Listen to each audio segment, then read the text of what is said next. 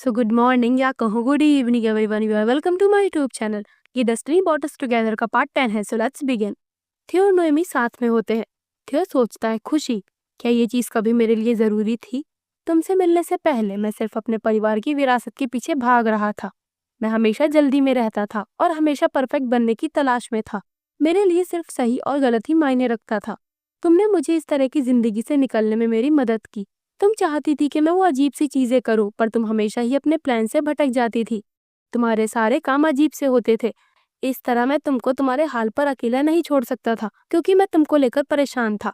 मैं पूरी तरह से तुम्हारे ऊपर फिदा हो गया था और मैंने वो चीजें महसूस की जिनसे मैं अनजान था. ये स्ट्रेंज फीलिंग्स ठहरी हुई थी और कभी कभी तो मैं बस यही चाहता था कि ये पल हमेशा के लिए थम जाए. अब मुझे हैरानी होती है कि क्या दुनिया में ऐसी फीलिंग्स भी होती हैं जिनसे मैं अनजान था. अब तो बस मैं तुम्हारे बारे में ही सोचता रहता हूँ. मुझे सही और गलत की कोई परवाह नहीं. ये सच है कि तुम ही मेरा किनारा हो. तुम ही मेरा इकलौता घर हो नोएमी. देखा, तुम्हें बस कहने की जरूरत है कि तुम खुश हो और मैं पूरी तरह से निश्चिंत हो जाता हूँ. पर तुम्हारे पास तो इतने लोग हैं जिनकी तुम आभारी हो. वैसे मुझे कहना पड़ेगा, पूरी तरह तो नहीं, पर मैं भी बहुत खुश हूँ. वो आगे बढ़कर नोएमी को किस कर लेता है. वो दोनों करीब आते हैं. तभी थियो और नोएमी की नजर पड़ती है. उनके कमरे में एडोस खड़ा होता है, जो उन्हें ही घूर रहा होता है. वो बोलता है, क्या तुम लोग मजे कर रहे हो? लगता है तुम्हें ऐसे खेलने में मजा आ रहा है, जबकि मैं यहाँ इस बवाल में फंसा हुआ हूँ. ये कितना बेहुदा है. थियो उस पर चिल्लाता है, तुम यहाँ क्या कर रहे हो? नोएमी कहती है, थियो, मैं एडोस को सुन सकती हूँ. इससे पहले मैं उसकी आवाज नहीं सुन पाती थी. मैंने तो आज कम्युनिकेट करने की प्रैक्टिस भी नहीं की, पर फिर भी पता नहीं कैसे मैं आज इसकी आवाज सुन पा रही हूँ. एडोस बोलता है, मैं देख रहा हूँ. तो तुम यहाँ इस तरह से अपनी प्रैक्टिस कर रही हो? हाँ, ये मेरे लिए काफी तौहीन भरा है, इसीलिए मैं यहाँ आया हूँ. थियो चिल्लाता है, तुम इसी वक्त यहाँ से निकल जाओ, समझे? वो गुस्से में एडोस और क्राउन को उठाकर नीचे ले जाने लगता है. पियर और प्रोमे वहीं पर होते हैं. वो उसे ऐसे देखकर आपस में बोलते हैं, अब इसे क्या हुआ? थियो एडोस और उस आयरन क्राउन को एक बक्से में डालकर बंद कर देता है. वो पियरे से कहता है, सुबह होने तक कोई भी इस बॉक्स को नहीं खोलेगा, ये मेरा हुक्म है. नोएमी भी नीचे आ जाती है. वो पूछती है, आप दोनों इतनी रात गए क्या बात कर रहे थे? प्रोमे कहती है, ये सही टाइमिंग है. तो कल के लिए तुम लोगों का क्या प्लान है? थियो पूछता है, किस बारे में? प्रोमे कहती है, हम राजधानी में ज्यादा दिनों तक नहीं ठहर सकते. हम एडोस के कहे अनुसार यहाँ तक आए, पर हम यहाँ आजादी से नहीं घूम सकते. यहाँ के लोग हमें सिनर्स कहते हैं. इधर राजमहल में सारी बर्फ पहुंच गई होती है. स्लैन के राजा का एक बटलर कहता है, मुझे आपको कुछ रिपोर्ट करनी है. हमने उस ओला के मंदिर के प्रॉफिट और उस बिजनेसमैन जो उसे लेकर भागा था, उन दोनों का पता लगा लिया है. लगता है वो दोनों राजधानी में सिनर्स के साथ रह रहे हैं. सिनर्स का नाम सुनते ही स्लैन का राजा बोलता है, सिनर्स की ये सोचने की हिम्मत भी कैसे हुई कि वो दोबारा हमारी जमीन पर कदम रख सकते हैं. जाओ और उन सभी को पकड़ लो. उनमें से एक भी इंसान नहीं छूटना चाहिए. नोएमी धीरे से कापी से पूछती है, पर टाइसिन लोगों को सिनर्स क्यों कहा जाने लगा? कापी उसे बताती है, क्योंकि टाइसिन ने ही स्लैन के पिछले राजा को मार डाला था. काफी समय पहले से स्लैन और टाइसिन के बीच रिश्ते तनाव भरे थे. एक दिन एक आदमी सामने आया जो उन दोनों देशों के बीच शांति का समझौता करना चाहता था. वो आदमी स्लैन के पिछले राजा फेलिक्स थे. वो पहले पर्सन थे जिन्होंने टाइसा के साथ एक शांति संधि पर साइन किए और सभी को ऐसा लगा जैसे अब दोनों देशों में शांति आ जाएगी. लेकिन इसके बाद टाइसा ने स्लैन को धोखा दे दिया और टाइसिन ने हमारे पिछले राजा का कत्ल कर दिया. राजा के बेटे इस धोखे से बदले की आग में जलने लगे. यहाँ तक कि अगला राजा जो उस पिछले राजा का बेटा था, उसने भी राजगद्दी छोड़ दी और अब उनका बेटा ही प्रेजेंट टाइम में स्लैन का राजा है. इन घटनाओं को सिर्फ 30 साल बीते हैं. तो तुम्हें क्या लगता है, स्लैन के लोग इस बारे में इतनी जल्दी भूल गए होंगे? अगर यहाँ के लोगों को टाइसिन दिख भी जाते हैं तो वो उन्हें काटकर गटर में फेंक देंगे. प्रोमे चिल्लाती है, ये क्या बकवास कर रही है? तुम्हें मालूम भी है कि इस सब की वजह से हमारी जिंदगी नर्क से भी बदतर रही है. हम लोगों को कितना कुछ सहना पड़ा. कापी बोलती है, तो फिर तुम ही बताओ, पिछले राजा को किसने मारा था? प्रोमे चिल्लाती है, ये भला मुझे कैसे पता होगा? कापी कहती है, ये कहानी है जो हमारे यहाँ सालों से चली आ रही है. तो तुम मुझ पर इतना भड़क क्यों रही हो? बियरे प्रोमे को पीछे करके बोलता है, सच्चाई चाहे जो हो, पर यह फैक्ट सच है कि टाइसिन को काफी मुसीबतों का सामना करना पड़ा. इसीलिए हमें कोई दूसरा प्लान बनाना होगा और यहाँ से निकलने से पहले अपने आसपास के माहौल की जानकारी लेनी होगी. इसके बाद हम एडोस से पूछेंगे कि हमारा अगला कदम क्या होगा. थियो और नोएमी खुद को ढककर बाजार में आए होते हैं. नोएमी पूछती है, थियो, आपको क्या लगता है, क्या टाइसिन ने सच में स्लैन के राजा का मर्डर किया था? वो कहता है, कौन जाने सच क्या है, पर यहाँ के सारे लोग इस कहानी को ही सच मानते हैं. नोएमी सोचती है, स्लैन में टाइसिन को क्रिमिनल नहीं बल्कि सिनर कहा जाता है, जो कि ठीक ओला की किताब में बताया गया है. वो कहती है, थियो, पर ये कहानी मनगढ़ंत भी तो हो सकती है. प्रोमे को ये स्टोरी सुनकर बहुत गुस्सा आया था. क्या ऐसा नहीं हो सकता कि सबके पीछे किसी और का हाथ हो?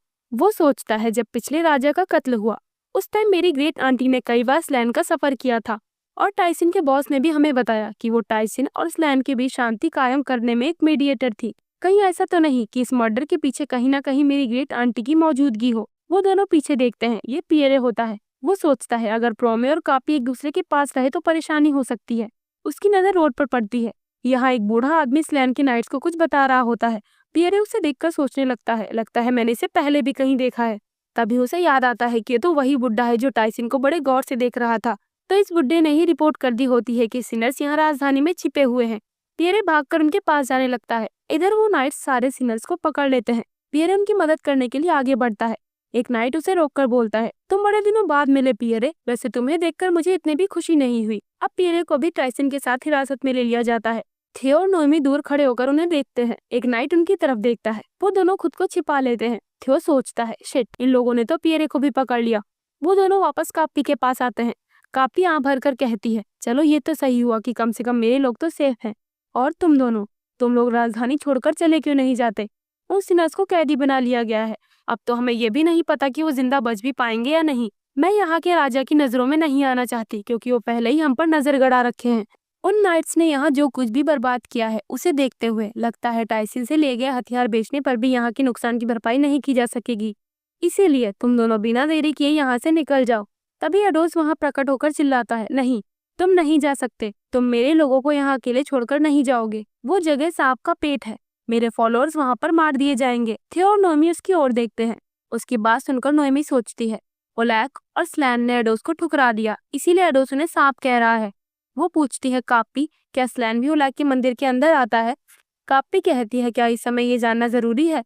वो बोलती है, हाँ, क्योंकि ये भी हो सकता है कि टाइसन ने उस राजा को ना मारा हो। कापी कहती है, ठीक है, मैं भी ये कहावत जानती हूँ कि दुश्मन का दुश्मन दोस्त होता है। भले ही स्लैन के राजा ओलैक के फॉलोअर ना हो, पर फिर भी इनके रिश्ते दोस्ती वाले हैं। जब तक स्लैन सिनर से नफरत करता है और ओलैक के मंदिर का साथ दे रहा है, ये जगह तुम दोनों के लिए सेफ नहीं। मैं ये कहना चाह रही हूँ कि पकड़े जाने से बेहतर होगा कि तुम दोनों यहाँ से भाग जाओ। एडोस कुछ बोलने चलता है, तभी नोएमी कहती है, हर बार जब भी मैंने भागने की कोशिश की तो मेरे पास छिपने की कोई जगह नहीं थी, और आज भी ठीक वैसा ही हो रहा है। लेकिन मेरे सफर में मिले सारे लोग, यहाँ तक कि टाइसन ने भी हमेशा मुझे आगे बढ़ने का रास्ता दिखाया है। तो कोई ना कोई रास्ता तो जरूरी होगा जिससे हम उन्हें स्लैन के जेल से आजाद कर पाएंगे। थियो नोएमी के कंधे पर हाथ रखकर बोलता है, कापी, तुम एक आखिरी बार हमारी मदद करो। चाहे जो हो जाए, मैं तुम्हारे इस एहसान की कीमत चुकाऊंगा। ये मेरा वादा रहा। क्या तुम किसी तरह राजमहल की गार्ड्स का ध्यान भटका सकती हो ताकि हम छिपकर वहां घुस सके? इधर टाइसन और पियरे को अंदर ले जाया जा रहा होता है। पियरे वहां उन्हीं लोगों को देखता है जो रात के समय बर्फ ले जा रहे थे। वो लोग बर्फ के टुकड़े को पश्चिमी महल की ओर ले जा रहे होते हैं। अब इन सभी लोगों को जेल में डाल दिया जाता है। प्रोमे एक नाइट से चिल्लाकर बोलती है, तुम खुद को एक रॉयल नाइट कहते हो, जबकि तुम हमें यहाँ पर बिना वजह कैद कर रहे हो। हमने आखिर कौन सा गुनाह किया है जिसके लिए हमें यहाँ बंदी बनाया गया है? वो नाइट बोलता है, हमारे पिछले राजा फेलिक्स के समय की स्क्रिप्चर में लिखा है, मरे हुए राजा के पास टाइसन के हथियार पाए गए थे। हमारे पास तुम लोगों को कैद करने और मार डालने की ठोस वजह है। अगर तुम्हें किसी को दोष देना है तो अपने पूर्वजों को दो जिन्होंने ये पाप किया था। नाइट वहां से जाने लगता है। बॉस कहता है, किसी ने उन स्क्रिप्चर में झूठ लिखा है क्योंकि हिस्ट्री तो जिंदा लोग ही लिखते हैं, है ना? कापी की मदद से थियो और नोएमी राजमहल में आ जाते हैं। नोएमी हाफते हुए बोलती है, ये महल काफी बड़ा है और हमें तो ये भी नहीं पता कि हम शुरुआत कहाँ से करें। थियो कहता है, आमतौर पर कैदियों को टावर के नीचे या ऊपर की काल कोठरी में ले जाकर रखा जाता है ताकि उनका भागना कठिन हो जाए। वहाँ जरूर बहुत सारे गार्ड्स की जरूरत होगी, तो चलो। तभी उनकी नजर पड़ती है, पीछे से कई सारे गार्ड्स आ रहे होते हैं। एडोस वहाँ आकर बोलता है, तुम दोनों अलग अलग होकर छिप जाओ, तुम इधर और तुम उधर। उन गार्ड्स का कमांडर बोलता है, अब जब सारे सिनर्स को महल में कैद कर लिया गया है, तुम्हें उन पर नजर रखनी है। उन गार्ड्स को किसी के आसपास होने की आहट होती है। एक गार्ड थियो और नोएमी की तरफ आने लगता है। थियो एडोस से कहता है, सुनो, तुम नोएमी से बात कर सकते हो, है ना? तुम उससे कहना कि वो महल के पिछले गेट पर झाड़ियों के पास जहाँ से हम अंदर आए थे, वो वहीं पर मुझसे आकर मिले। हमें इसी समय यहाँ पर खोजबीन करनी होगी और अगर हमें कुछ भी नहीं मिला तो हम लौट जाएंगे। कल स्लैन के महल में बहुत सारी बर्फ लाई गई थी। मुझे नहीं पता कि वो किस लिए था, पर ये तो तय है कि यहाँ कुछ चल रहा है। इसीलिए तुम नोएमी से कहना कि वो किसी भी तरह की ठंडी जगह पर ना जाए। इतनी बात बताकर थियो गार्ड से भिड़ जाता है और लड़ना शुरू कर देता है। वो सोचता है, नोएमी, तुम सुरक्षित रहना। इधर एडोस नोएमी को सब बताकर उससे कहता है, चलो हम चलते हैं। वहाँ से निकलने पर एडोस बोलता है, उसने तुम्हें ठंडी जगह पर जाने से मना किया है। क्या तुम मेरी बात सुन भी रही हो? नोएमी को कमरे के दरवाजे पर अमंथाना के फूल की तस्वीर दिखती है। वो सोचती है, मुझे पता था स्लैन और ओलैक के मंदिर के बीच जरूर कुछ न कुछ चल रहा है। इसका सीधा मतलब यह है कि टाइसन भी सबसे जुड़े हुए हैं। वो दरवाजा खोलकर अंदर आ जाती है। ये काफी बड़ा सा हॉल होता है जहाँ भारी मात्रा में बर्फ रखी होती है। एक पर्दे के पीछे एक ताबूत होता है। उस ताबूत के अंदर किसी पर्सन की डेड बॉडी रखी होती है। नोएमी उसे देखकर सोचती है, ये जगह कोई मकबरा नहीं, फिर भी यहाँ पर एक डेड बॉडी है और यहाँ पर इतनी सारी बर्फ क्यों रखी गई है? आखिर ये पर्सन कौन है जिन्हें ओलैक के फूलों के सिंबल के साथ इस ठंडे कमरे में रखा गया है? वो उसे टच करती है, तभी उस क्राउन में से एक तेज रोशनी निकलती है और नोएमी को उस पर्सन के प्रेजेंट, पास्ट और फ्यूचर के विजन्स दिखने लगते हैं। यानी ये पर्सन जिंदा होता है। एडोस हैरानी से बोलता है, इसका मतलब तुम जिंदा थे? एक आदमी उस कमरे में आकर बोलता है, तुम तक बिन बुलाए मेहमान हो। तो ये प्रेजेंट टाइम में स्लैन का राजा होता है। वो अपने मंत्री से कहता है, फामी तुम क्या कर रहे थे जिससे तुमने ये तक ध्यान नहीं दिया कि ये लड़की अंदर आ गई और डोरिस ने उन्हें छू लिया? मंत्री बोलता है, मुझे माफ कर दीजिए योर मैजेस्टी। राजा बोलता है, इसी वक्त इसे पकड़ लो। नोएमी को पकड़ने के बाद वो उससे पूछता है, तुम मेरे महल में चुपके से घुसकर क्या कर रही थी? नोएमी कहती है, प्लीज आप टाइसन को आजाद कर दीजिए। राजा उसका मुंह पकड़कर बोलता है, क्या तुम सिनस के बारे में बात कर रही हो? मैं भला उन लोगों को कैसे छोड़ दूंगा जिन्होंने मेरे दादाजी के साथ ये सब किया? नोएमी सोचती है, यानी ये पर्सन इसके दादाजी है, तो ये वही होंगे जिन्हें मार डाला गया था। राजा उसे दूर हटकर कहता है, क्योंकि तुमने मेरे दादाजी को देख लिया है इसीलिए मैं तुम्हें जिंदा नहीं छोड़ सकता, तुम्हें मार डाला जाएगा। वही नाइट वहां आकर बोलता है, योर मैजेस्टी मुझे नहीं लगता कि इस टाइम हम ये कर पाएंगे।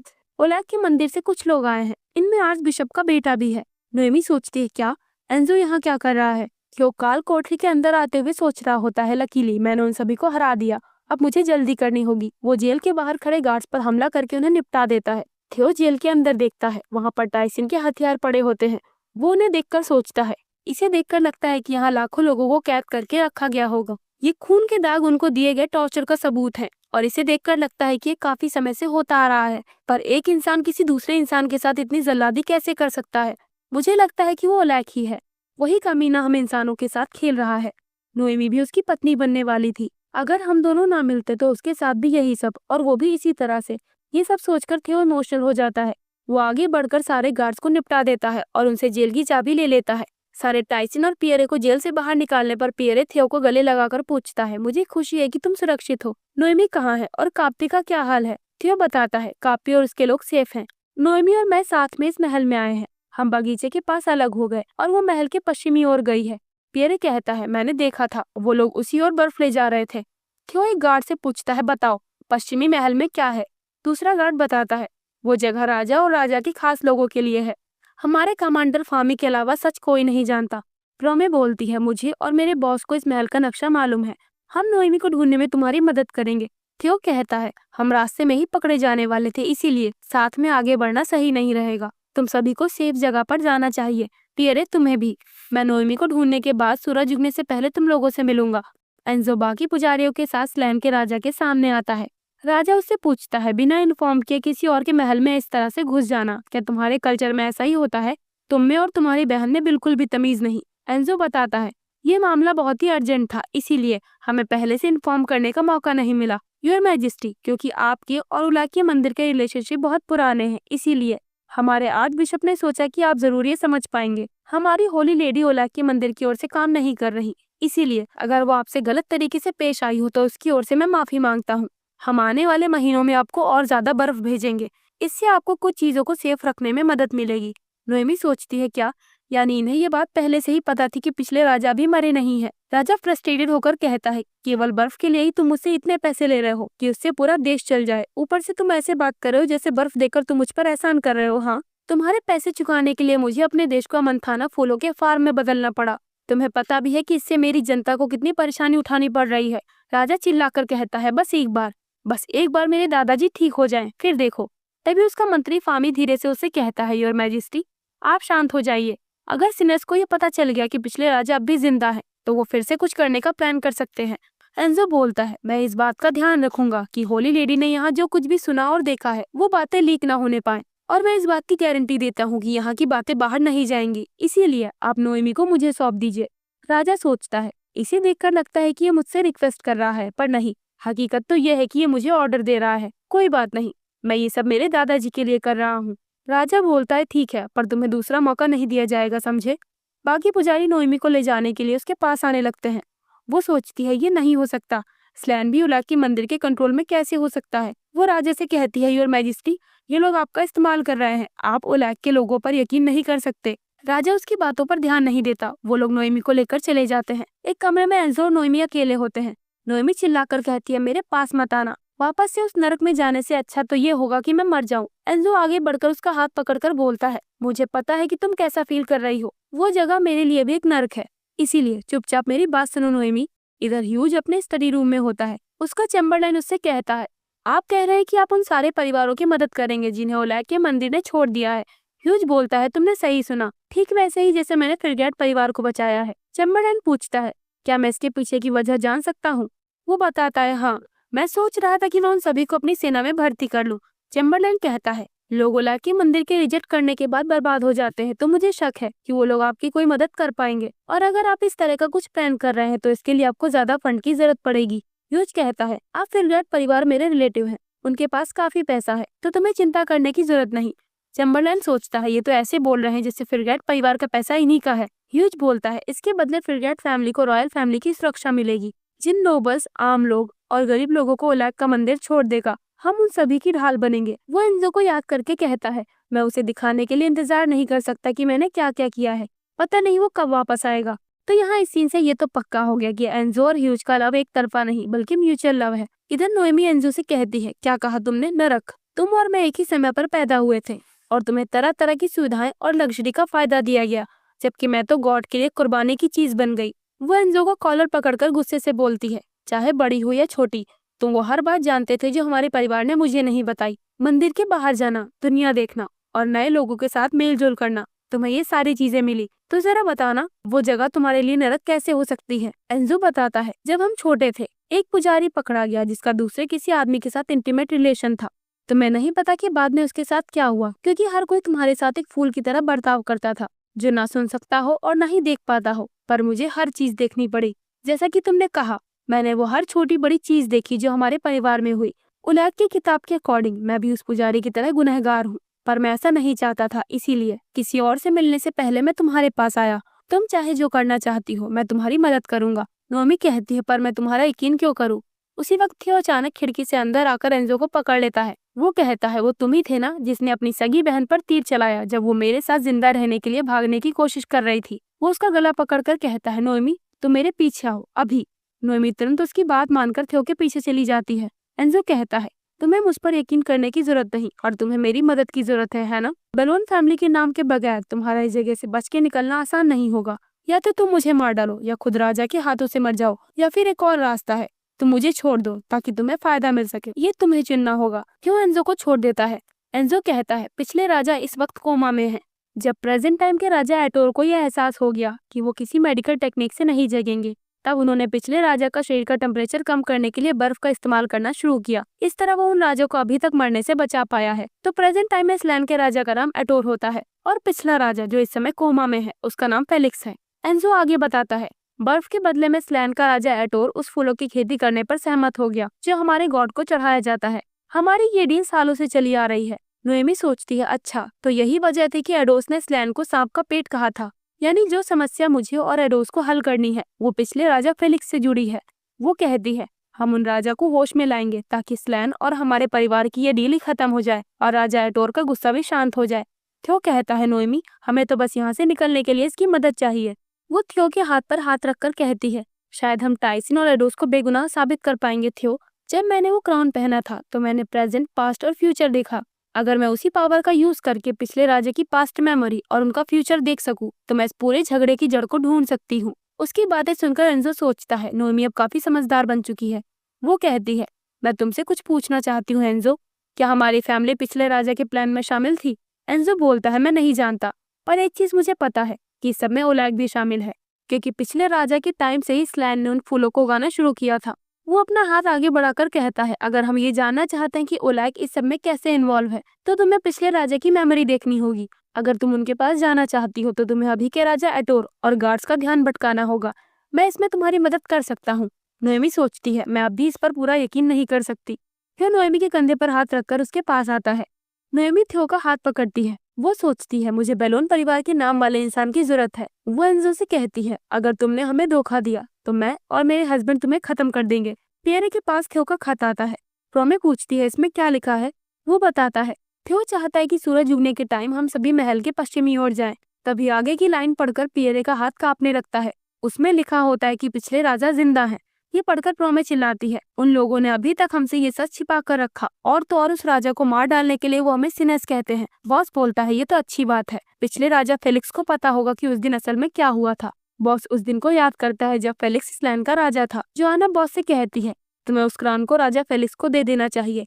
शायद तुम्हें अभी ये नहीं समझ आएगा कि मैं क्या कह रही हूँ, पर ऐसा करने पर ही तुम सुकून से रह पाओगे। बॉस फ्रस्ट्रेटेड होकर बोलता है क्या कहीं तुम उस फेलिक्स को पसंद तो नहीं करती, या फिर उसने तुमसे ये कहा हो कि अगर तुम उसे मेरा क्राउन दे दोगी तो वो तुम्हें अपनी रानी बना लेगा। वैसे तुम दोनों काफी टाइम से एक साथ। तभी जोआना उसके गालों पर एक जोर का थप्पड़ लगाती है। बॉस कहता है एडोसी हमारी रक्षा करता है और ये हड्डियां उसी की हैं। ये आयरन क्राउन उसी की हड्डियों से बना है और ये हमारा यकीन है। अगर हम इसे भी गवा देंगे तो हम लोगों की रक्षा कौन करेगा। प्रेजेंट टाइम में बॉस बोलता है अगर राजा फेलिक्स जिंदा है तो हम सारा सच जान सकते हैं। सुबह होने पर हम उन दोनों से मिलने पश्चिमी महल की ओर जाएंगे। इधर थियो और नोएमी पुजारियों के भेष में एंजो के साथ साथ चल रहे होते हैं। एंजो ने प्लान बनाया होता है कि वो राजा से मिलने जाएगा और उसे अपनी बातों में बिजी रखेगा। उसी बीच थियो और नोएमी पिछले राजा फेलिक्स की बॉडी के पास जाएंगे। वो दोनों वहां आ जाते हैं। यहाँ पर पियरे और प्रोमे पहले से ही मौजूद रहते हैं। वो पूछता है यहाँ ये सब क्या हो रहा है। नोएमी आगे बढ़कर कहती है हमारे पास ज्यादा टाइम नहीं है, मुझे इनकी स्किन को छूना होगा, इनकी पट्टियां हटाने में मेरी मदद कीजिए। थियो उसके शरीर से पट्टियां हटा देता है। राजा फेलिक्स अभी भी यंग दिख रहा होता है। थियो कहता है इनके शरीर में कहीं पर भी घाव के निशान नहीं है, पर यहाँ के लोगों ने कहा कि टाइसी ने इन्हें घायल कर दिया था। प्रोमे चिल्लाती है मैंने कहा ना ये सब झूठी कहानी है जो इस लैंड के लोगों ने जानबूझकर बना रखी है। पियरे बोलता है ये भी तो हो सकता है ना कि समय के साथ उस घाव का निशान हील हो गया हो। प्रोमे कहती है तुम क्या कह रहे हो। एडोस नोएमी से कहता है चलो हम ट्राई करते हैं। नोएमी राजा को टच करती है। एडोस पीछे से उसे पकड़कर बोलता है हम सबसे पहले इसकी गहरी मेमोरी को देखेंगे। नोएमी सोचती है मैं इनकी सबसे गहरी यादों को देखने जा रही हूँ। वो देखती है राजा फेलिक्स रोड पर गाना गुनगुनाते हुए आराम से चल रहा होता है। क्योंकि आंटी जोआना एक फूलों की दुकान पर होती है। दुकानदार उसे मंथाना का फूल दिखाकर कह रहा होता है राजा ने खुद इस फूल को मंजूरी दी है। मैंने सुना है कि हमारा पड़ोसी देश इस फूल को अपने गॉड को चढ़ाता है। जोआना कहती है मेरे हिसाब से यहाँ का राजा और उनके गॉड दोनों ही बेवकूफ है। अगर मैं उसकी जगह होती तो मैं इस फूल को अपने बच्चों के आसपास तक न आने देती। राजा फेलिक्स जोआना की बातें सुन लेता है। वो जोआना से पूछता है तुम्हारा क्या मतलब, अमरथाना का फूल इतना खतरनाक है और क्या तुम्हारे पास इसका सबूत है।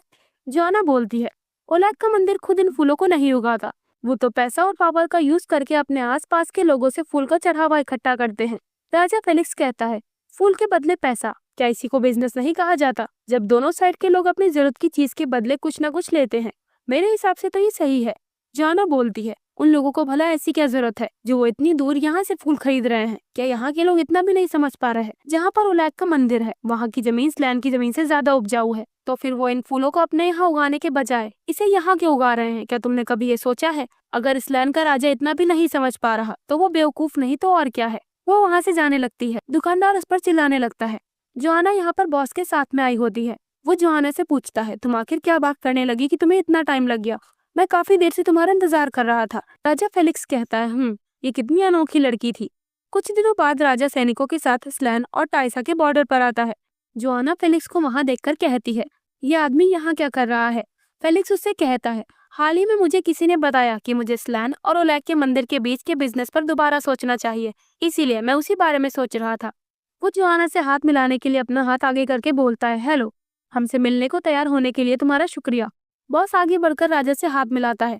वो बताता है ये मेरे मेहमान है, मैं एरीज टाइसन के चीफ का बेटा हूँ। तो यहाँ आखिरकार हमें बॉस का असली नाम पता चलता है, एरीज। राजा बताता है मैं फेलिक्स हूँ, स्लैन का राजा। इसके बाद टाइसा और स्लैन में शांति का समझौता हो जाता है। उस टाइम फेलिक्स बॉस यानी एरीज से जोआना का नाम पूछता है। एरीज कहता है आप भला ये क्यों पूछ रहे हैं। राजा फेलिक्स बताता है इस लड़की ने उन दो देशों के बीच शांति का समझौता किया जो सैकड़ों सालों से दुश्मन थे, तो कम से कम मुझे इसका नाम तो पता होना ही चाहिए। एरीज बोलता है हमने अभी किसी भी समझौते पर साइन नहीं किया है, तो ये सब होने के बाद ही आपको कुछ बोलना चाहिए। जोआना पेपर पर लिखी डील को पढ़ती है। मैं जोआना फिरग्रैड इस समझौते की गवाह हूँ। फेलिक्स कहता है अच्छा तो इस लड़की का नाम जोआना है। इस सबसे एरीज अनईजी होने लगता है। वो उस क्राउन को उठाकर बोलता है आज से टाइसा और स्लैन के बीच शांति रहेगी। राजा फेलिक्स के साथ में उसका मंत्री वहीं पर होता है। वैसे ये मंत्री वही फामी है जो प्रेजेंट के राजा एटोर के साथ में रहता है। इस तरह स्लन और टाइसा के बीच शांति का समझौता हो जाता है। अब राजा ने भी ये डिक्लेयर कर दिया कि वो ओलैक के मंदिर के साथ अमंथाना के फूलों का बिजनेस नहीं करेगा। ये खबर सुनकर आर्चबिशप आग बबूला हो गया। इधर गार्ड्स अंदर घुसने की कोशिश कर रहे होते हैं। पियरे थियो से कहता है तुम्हें जल्दी करनी होगी। थियो सोचता है लगता है नोएमी को और टाइम की जरूरत पड़ेगी। तभी वो गार्ड्स दरवाजा खोलकर अंदर आ जाते हैं। नाइट गार्ड्स को ऑर्डर देता है इन्हें जिंदा ही पकड़ना। नोएमी आगे राजा फेलिक्स की मेमोरी में देखती है। फेलिक्स अपने मंत्री के साथ में होता है। वो जोआना को देखते हुए बोलता है ये लड़की तो अमेजिंग है। मुझे तो यकीन नहीं हो रहा कि इसने हमें और टाइसा को एक साथ बिजनेस करने के लिए मना लिया। जोआना ने वो कर दिखाया जो हमारे पूर्वज तक नहीं कर पाए। फेलिक्स का मंत्री बोलता है आपको क्या लगता है ये शांति का समझौता कब तक चल पाएगा? फेलिक्स कहता है वेल ये तो इस बात पर निर्भर करता है कि हम इसे बनाए रखने में कितनी कोशिश करते हैं। वैसे अब तुम ऐसे एक्सप्रेशन बनाना छोड़ो और थोड़े मजे करने की सोचो फामी। शाम के समय जोआना फेलिक्स के साथ उसे कुछ बता रही होती है। फेलिक्स मुस्कुराते हुए उसे निहार रहा होता है। वो अपना हाथ आगे बढ़ाकर जोआना के बालों को टच करता है। जोआना चुप हो जाती है। कुछ देर बाद वो बोलती है फेलिक्स मुझे आपसे एक फेवर चाहिए। अगली पूर्णिमा की रात आप यहाँ अकेले आना। मुझे आपसे कुछ बात करनी है। वो पूछता है क्या ये बात भी शांति के लिए है? वो हाँ में अपना सर हिलाती है। फेलिक्स बोलता है तो ठीक है अगर तुम यही सोचती हो तो मैं कुछ भी करने को तैयार हूँ। अगली पूर्णिमा की रात फेलिक्स वहाँ आता है। उसे वहाँ किसी के आने की आहट होती है। फेलिक्स सोचता है कि वो जोआना है पर ये कोई और होता है। ये पर्सन फेलिक्स के सर पे जोर से वार करके उसे घायल कर देता है और वो उसके मुंह में कोई चीज डालकर वहाँ से भाग जाता है। जोआना वहाँ आती है। उसकी नजर फेलिक्स पर पड़ती है जिसके मुंह से झाग आ रहा होता है। वो दौड़कर उसके पास जाती है पर तब तक वो बेहोश हो जाता है। ठीक इसी वक्त गार्ड नोएमी को पकड़ लेते हैं। देन प्रेजेंट टाइम का राजा एटोर यानी फेलिक्स का पोता वहां पर आ चुका होता है। नोएमी चिल्लाती है रुक जाओ। मुझे पता है कि पिछले राजा फेलिक्स किस तरह से होश में आ सकते हैं। तो आखिरकार फेलिक्स पर हमला करने वाला पर्सन कौन था ये हम अगले पार्ट में देखेंगे। वैसे आप लोग भी कमेंट करके बताना कि आपको क्या लगता है कि वो कौन होगा जिसने उस पर हमला किया। तो इसी के साथ हम इस पार्ट को भी यहाँ पर एंड करते हैं।